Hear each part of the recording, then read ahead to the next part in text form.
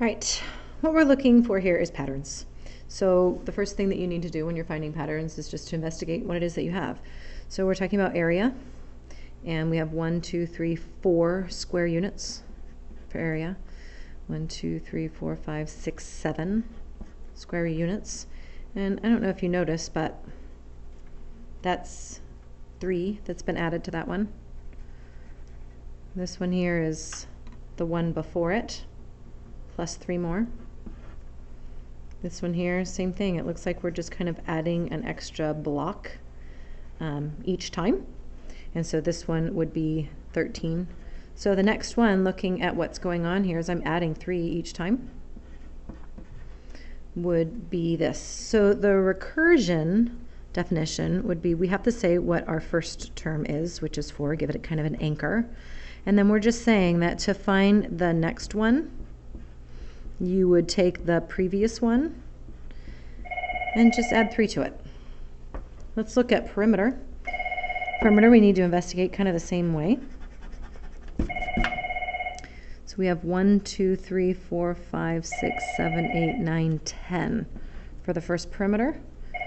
We've got 1, 2, 3, 4, 5, 6, 7, 8, 9, 10, 11, 12, 13, 14, 15, 16 for my next perimeter. And I'm really hoping that my next one is 22. But 1, 2, 3, 4, 5, 6, 7, 8, 9, 10, 11, 12, 13, 14, 15, 16, 17, 18, 19, 20, 21, 22. Now, why did I say that? I noticed that this was plus 6, so I was hoping that that would be plus 6, because then it seems like that is going to follow a nice little pattern here of plus 6 each time. So for recursion, my first term is 10, and then each time I just simply need to take the one before it and then add 6. So an explicit rule is different. Explicit rule, we need to know what the 0th term is.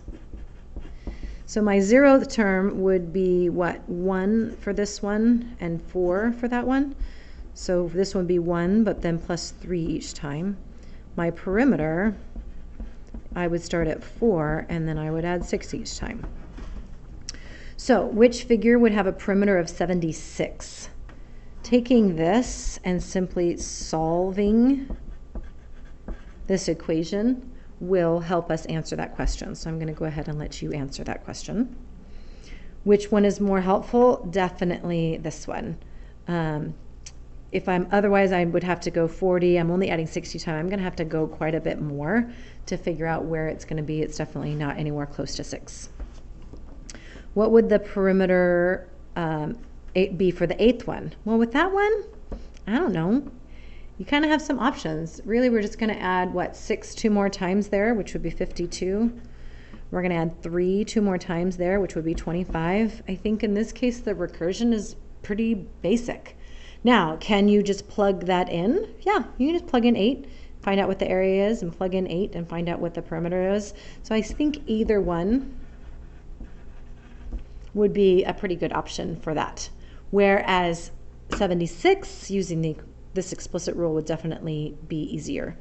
For the 20th figure, I don't want to go all the way out to 20. So definitely plugging in and using the explicit rule. And use 20 as the input, and then you will just solve for your output.